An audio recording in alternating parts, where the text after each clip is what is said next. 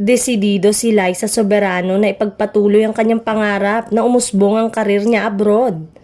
Ito'y matapos niyang pumirma ng kontrata sa talent management agency na Wild, October 1, 2024, nang i-anunsyo sa publiko ng Wild ang pagkakabilang ni Liza sa kanilang ahensya nang mag-post sila sa kanilang Instagram account.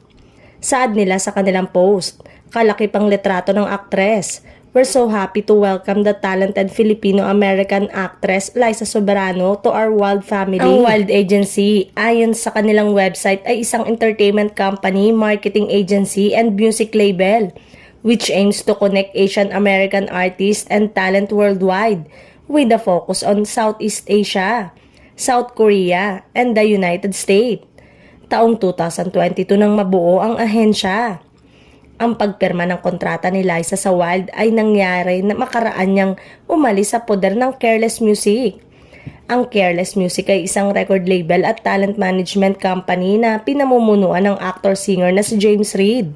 Noong September 14, 2024, tuluyang isinapubliko ng pamunuan ng Careless Music ang pag-alis ni Liza sa roster of artists ng kumpanya.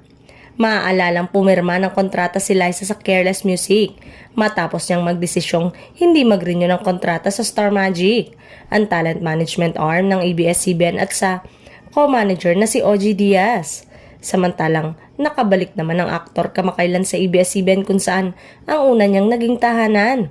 Mainit ang pagsalubong ng madlang people maging ang mga fans ng aktor. Ayon sa source, mukhang malabo na din na makabalik si Liza sa ABS-CBN kahit gustuhin ito dahil hindi katulad ni James. Nagkaroon ito ng issue sa ABS-CBN kung saan ay tila nagsunog siya ng tulay sa mga boss maging sa dating manager nito.